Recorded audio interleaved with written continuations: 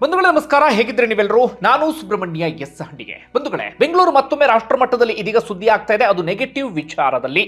ಬೆಂಗಳೂರಿನಲ್ಲಿ ಹಾಡ ಹಗಲೇ ಭಯಾನಕವಾದಂಥ ದರೋಡೆ ನಡೆದಿದೆ. ಮತ್ತೊಮ್ಮೆ ಹೇಳ್ತಿದ್ದೀನಿ, ರಾತ್ರಿಯ ಸಂದರ್ಭದಲ್ಲಿ ಎಲ್ಲ, ಹಾಡ ಹಗಲೇ ಜನನಿಬಿಡ ಪ್ರದೇಶದಲ್ಲೇ ಸಾಕಷ್ಟು ವೆಹಿಕಲ್ಗಳು ಓಡಾಡುವಂತಹ ರಸ್ತೆಯಲ್ಲಿಯೇ ಭಯಾನಕವಾದಂಥ ದರೋಡೆ ನಡೆದಿದೆ. ಯಾಕೆ ಭಯಾನಕ ಎನ್ನುವಂಥ ಪದವನ್ನು ಬಳಸ್ತೇನೆ ಅನ್ನೋ ನಿಮಗೆ ಹಂತ ಹಂತವಾಗಿ ಅರ್ಥ ಆಗ್ತಾ ಹೋಗುತ್ತೆ. ಸಹಜವಾಗಿ ಸೀರಿಯಸ್ ಆಗಿ ಕಾನೂನು ಸುವ್ಯವಸ್ಥೆ ಬಗ್ಗೆ ಪ್ರಶ್ನೆ ಉದ್ಭವ ಆಗಿದೆ. ವಿಪಕ್ಷಗಳಿಗೂ ಕೂಡ ಟೀಕೆಗೆ ಆಹಾರವೊಂದು ಸಿಕ್ಕಂತಾಗಿದೆ. ಎಷ್ಟು ದರೋಡೆ ಅಂದ್ರೆ ಬರೋಬ್ಬರಿ 7,11,00,000 ಅಂತ ಒಂದು ಮೂಲಗಳ ಮಾಹಿತಿ.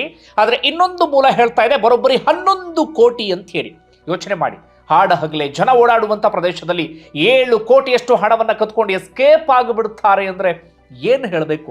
ಯಾವುದ್ಯಾವುದೋ ದೇಶದಲ್ಲಿ ನೋಡ್ತಾ ಇದ್ವಿ, ಆದರೆ ಇದೀಗ ನಮ್ಮ ರಾಜ್ಯದಲ್ಲಿ, ನಮ್ಮ ಬೆಂಗಳೂರಿನಲ್ಲಿ ಇಂಥದ್ದೊಂದು ಘಟನೆಯನ್ನು ನಾವೆಲ್ಲರೂ ಕೂಡ ನೋಡುವಂತಾಗಿದೆ.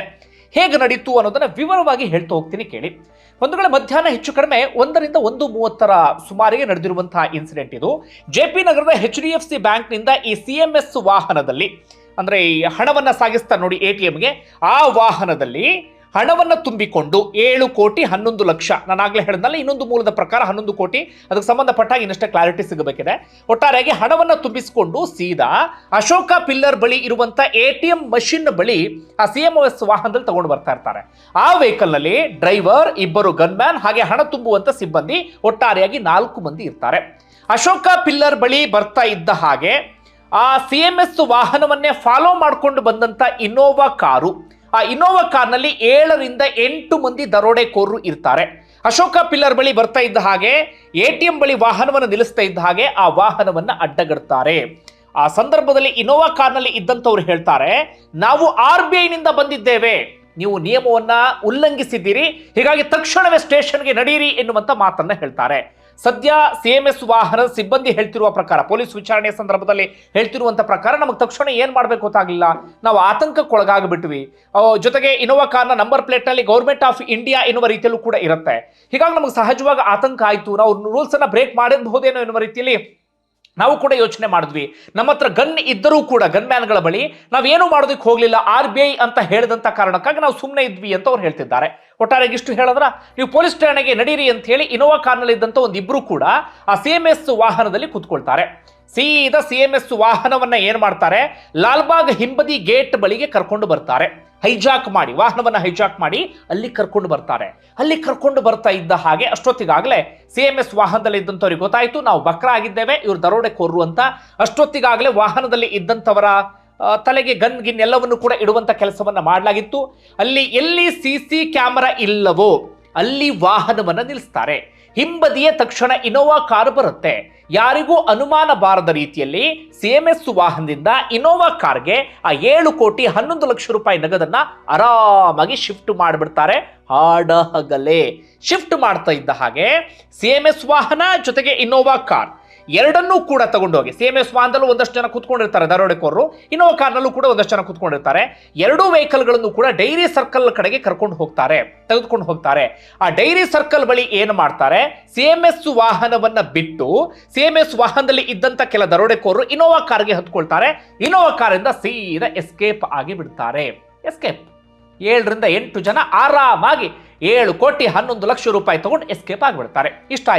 ಇಷ್ಟಾಗಿ ಬರೋಬ್ಬರಿ 15 ನಿಮಿಷದ ಬಳಿಕ 112ಗೆ ಆ CMS ವಾಹನದ ಚಾಲಕ ಫೋನ್ ಮಾಡ್ತಾರೆ. ಯಾಕೆ 15 ನಿಮಿಷ ಗ್ಯಾಪ್ ತೆಗೆದುಕೊಂಡ್ರು ಯಾರಿಗೂ ಕೂಡ ಗೊತ್ತಾಗ್ತಾ ಇಲ್ಲ. ಆತಂಕಕ್ಕೊಳಗಾಗಿರ್ಬಹುದು, ತಕ್ಷಣವೇ ಯಾರಿಗೆ ಫೋನ್ ಮಾಡಬೇಕು ಅಂತ ಗೊತ್ತಾಗದೆ ಗೊಂದಲದಲ್ಲಿ ಇದ್ದಿರಬಹುದು, ಏನು ಬೇಕಾದ್ರೂ ಆಗಿರ್ಬೋದು. ಪೊಲೀಸ್ ತನಿಖೆಯಲ್ಲಿ ಅವೆಲ್ಲವೂ ಕೂಡ ಗೊತ್ತಾಗುತ್ತೆ.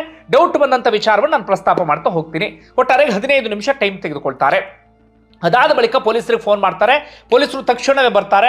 ಪೊಲೀಸರು ಅಲ್ಲಿಗೆ ಬಂದರೂ ಕೂಡ ಆ ಜಾಗವನ್ನು ಹುಡ್ಕೋದಕ್ಕೆ ಒಂದು 20 ನಿಮಿಷ ಟೈಮ್ ತೆಗೆದುಕೊಳ್ಳುತ್ತೆ. ಕಾರಣ CMS ವಾಹನದಲ್ಲಿದ್ದಂಥ ಚಾಲಕ, ಗನ್ಮ್ಯಾನ್ ಎಲ್ಲರೂ ಕೂಡ ಲೊಕೇಶನ್ ಅನ್ನು ಹೇಳೋದಕ್ಕೆ ತೊದಲಿಸೋಕೆ ಶುರು ಮಾಡ್ಕೊಳ್ತಾರೆ, ಅಥವಾ ಅವ್ರು ಗೊಂದಲಕ್ಕೊಳಗಾಗ್ಬಿಡ್ತಾರೆ ಎಕ್ಸಾಕ್ಟ್ ಲೊಕೇಶನ್ ಎಲ್ಲಿ ಅಂತ ಹೇಳೋದಕ್ಕೆ. ಹೀಗಾಗಿ ಪೊಲೀಸರು ಬರೋದು 20 ನಿಮಿಷ ತಡ ಆಗುತ್ತೆ. ಪೊಲೀಸರು 20 ನಿಮಿಷ ತಡವಾಗಿ ಬರೋಷ್ಟರಲ್ಲಿ ಅವ್ರು ಸೀದಾ ಎಸ್ಕೇಪ್ ಆಗಿ ಹೋಗಿರುತ್ತೆ ಇನೋವಾ ಕಾರ್. ಸದ್ಯಕ್ಕೆ ಪೊಲೀಸರು ಟ್ರ್ಯಾಕ್ ಮಾಡ್ತಿದ್ದಾರೆ. ವೈಟ್ ಫೀಲ್ಡ್ ಕಡೆಗೆ ಇನೋವಾ ಕಾರ್ ಹೋಗಿದೆ ಅಂತ ಹೇಳಿ ಪೊಲೀಸ್ ಮೂಲಗಳಿಂದ ಮಾಹಿತಿ ಬರ್ತಾ ಇದೆ. ನನ್ನ ಪ್ರಕಾರ ಇನೋವಾ ಕಾರ್ನಲ್ಲೇ ಕ್ಯಾಶ್ ಅನ್ನ ತೆಗೆದುಕೊಂಡು ಹೋಗಿರುವಂತ ಸಾಧ್ಯತೆ ತೀರಾ ಕಡಿಮೆ ಇದೆ. ಇಷ್ಟೆಲ್ಲ ಪ್ಲಾನ್ ಮಾಡಿದಂಥವರಿಗೆ ಮುಂದಿನ ಪ್ಲಾನ್ ಕೂಡ ಬಹಳ ಚೆನ್ನಾಗಿ ಗೊತ್ತಿರುತ್ತೆ. ಆ ಕಾರಣಕ್ಕಾಗಿ ಬೇರೆ ಒಂದು ವಾಹನಕ್ಕೆ ಆ ಹಣವನ್ನ ಶಿಫ್ಟ್ ಮಾಡಿರುವಂತ ಎಲ್ಲ ಸಾಧ್ಯತೆಯೂ ಕೂಡ ಇದೆ. ಅದಾದ ಬಳಿಕ ಆ ವಾಹನ ಯಾವ ಕಡೆಗೆ ಹೋಗಿದೆ ಏನು ಎತ್ತ ಪೊಲೀಸರು ಅದನ್ನ ಪತ್ತೆ ಹಚ್ಚುವಂತ ಕೆಲಸವನ್ನ ಮಾಡಬೇಕಾಗತ್ತೆ.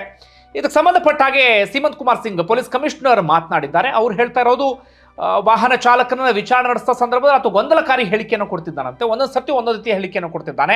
ಹೀಗಾಗಿ ವಾಹನದಲ್ಲಿದ್ದಂಥ 4 ಮಂದಿಯನ್ನು ಕೂಡ ಈಗಾಗಲೇ ವಿಚಾರಣೆಗೆ ಒಳಪಡಿಸಲಾಗಿದೆ. ಅವ್ರ ವಿಚಾರಣೆಯ ನಂತರ ಯಾವೆಲ್ಲ ವಿಚಾರಗಳು ಗೊತ್ತಾಗುತ್ತೆ ಅನ್ನೋದನ್ನ ಕಾದು ನೋಡಬೇಕಾಗಿದೆ. ಸದ್ಯಕ್ಕೆ 2 ಪ್ರಶ್ನೆ ಉದ್ಭವ ಆಗ್ತಿದೆ. ಒಂದು ಘಟನೆಗೆ ಸಂಬಂಧಪಟ್ಟಾಗ ಒಂದಷ್ಟು ಪ್ರಶ್ನೆ, ಮತ್ತೊಂದು ಕಾನೂನು ಸುವ್ಯವಸ್ಥೆಗೆ ಸಂಬಂಧಪಟ್ಟ. ಘಟನೆಯ ವಿಚಾರಕ್ಕೆ ಬರೋದಾದ್ರೆ, ಈಗ ಸಾಧಾರಣವಾಗಿ ತುಂಬ ಕೇಸ್ಗಳಲ್ಲಿ ಏನಾಗುತ್ತೆ, ಇಂತಹ ದರೋಡೆ ನಡೆದಾಗ ಗೊತ್ತಿದ್ದವರೇ ಈ ಕೃತ್ಯವನ್ನ ಎಸಗಿರುವಂಥ ಸಾಧ್ಯತೆ ಜಾಸ್ತಿ ಇರುತ್ತೆ. ಇಲ್ಲ ಅಂತಂದ್ರೆ CMS ವಾಹನದಲ್ಲಿ ಇದ್ದಂಥವ್ರೇನಾದ್ರೂ ಸಾಥ್ ಕೊಟ್ಟಿರಬಹುದಾ, ಈ ಅನುಮಾನವೂ ಕೂಡ ಸಹಜವಾಗಿ ಇದ್ದೇ ಇದೆ.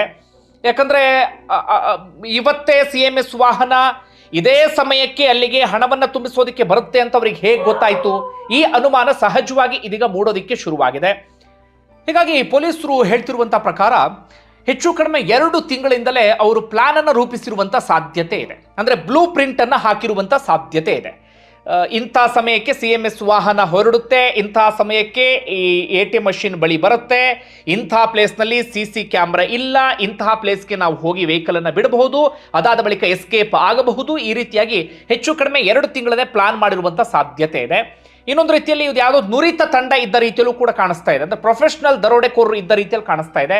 ಬಹಳ ದಿನಗಳಿಂದ ಪ್ಲಾನ್ ಅನ್ನ ಮಾಡ್ಕೊಂಡಿರಬಹುದು. ಆದರೂ ಅನುಮಾನ ಬರ್ತಿರೋದಂದ್ರೆ ಅವತ್ತಿನ ದಿನವೇ ಹೇಗೆ ಅಂದ್ರೆ ಇವತ್ತೇ ಅಲ್ಲಿ ವೆಹಿಕಲ್ ಬರುತ್ತೆ ಇದೇ ಟೈಮಿಗೆ ಅನ್ನೋದು ಹೇಗೆ ಗೊತ್ತಾಗ್ತಿಲ್ಲ, ಅಥವಾ ತುಂಬಾ ದಿನಗಳಿಂದ ಸರಿಯಾದ ರೀತಿಯಲ್ಲಿ ಮಾನಿಟರಿಂಗ್ ಮಾಡ್ತಾ ಇದ್ರ, ಫಾಲೋ ಮಾಡ್ಕೊಂಡು ಬಂದ್ರೆ, ಒಂದಷ್ಟು ಗೊಂದಲ ಎಲ್ಲವೂ ಕೂಡ ಇದೆ. ಅದಕ್ಕೆ ಸಂಬಂಧಪಟ್ಟ ಹಾಗೆ ಇನ್ನಷ್ಟೇ ಕ್ಲಾರಿಟಿ ಸಿಗಬೇಕಾಗಿದೆ. ಇನ್ನು RBI ವಿಚಾರಕ್ಕೆ ಬಂದಾಗ ಒಂದಷ್ಟು ಕಡೆಗಳಿಂದ ನಾನು ಮಾಹಿತಿಯನ್ನು ಸಂಗ್ರಹಿಸಿದಾಗ RBIನವರು ಈ ರೀತಿಯಾಗಿ ಬರೋದು ಹೌದು, ಆದರೆ ಎಲ್ಲೋ ರಸ್ತೆ ಮಧ್ಯದಲ್ಲಿ ಅಡ್ಡಗೊಟ್ಟೋದಾಗ್ಲಿ ಇನ್ನೊಂದಾಗ್ಲಿ ಮಾಡೋದಿಲ್ಲ. ಅವ್ರು ಸೀದಾ ಬ್ಯಾಂಕ್ಗೆ ಬಂದು ಅಲ್ಲಿ ಚೆಕ್ ಮಾಡೋದಾಗಿರ್ಬೋದು, ಪರಿಶೀಲನೆ ಅಂಥದ್ದೆಲ್ಲವನ್ನೂ ಕೂಡ ಮಾಡ್ತಾರೆ.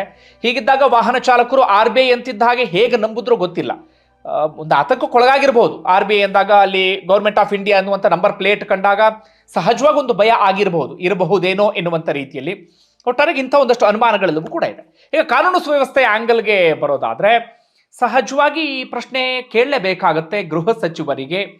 ಏನು ಸ್ವಾಮಿ ಇದೆಲ್ಲ ಅಂತ ಹೇಳಿ ಮತ್ತೆ ಇಂತಹ ದರೋಡೆ ಪ್ರಕರಣಗಳನ್ನ ನಾವು ನೋಡ್ತಾನೆ ಇದ್ದೀವಿ. ಹೊಸ್ತಲ್ಲ, ಬೀದರ್ನಲ್ಲಾಯಿತು, ಅದಾದ ಬಳಿಕ ರಾಯಚೂರು ಭಾಗದಲ್ಲಿ ಆಯಿತು, ಅದಾದ ನಂತರ ದಕ್ಷಿಣ ಕನ್ನಡ ಭಾಗದಲ್ಲಿ ಒಂದು ಬ್ಯಾಂಕ್ನಲ್ಲಿ ದರೋಡೆ ಆಯಿತು, ರಸ್ತೆಯಲ್ಲಿ ಅಡ್ಡಗಟ್ಟಿ ಸಾಲು ದರೋಡೆ ಪ್ರಕರಣಗಳು ಅಂಥವನ್ನು ಕೂಡ ನೋಡಿದ್ವಿ.